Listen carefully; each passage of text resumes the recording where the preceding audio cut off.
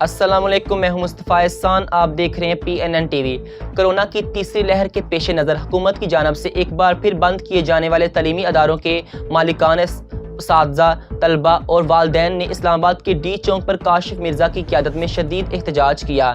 شرکاء احتجاج اس موقع پر حکومتی پالیسیز کے خلاف شدید برہم نظر آئے۔ اس موقع پر حکومت کے خلاف شرکاء کی جانب سے نعرے بازی بھی کی جاتی رہی۔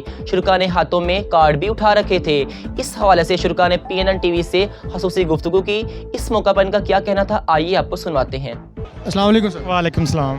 جی سر، ڈی چوک میں آنے کا مقصد کیا رہا؟ ایجوکیشن کی بحالی کے لیے آپ کیا کہیں گے؟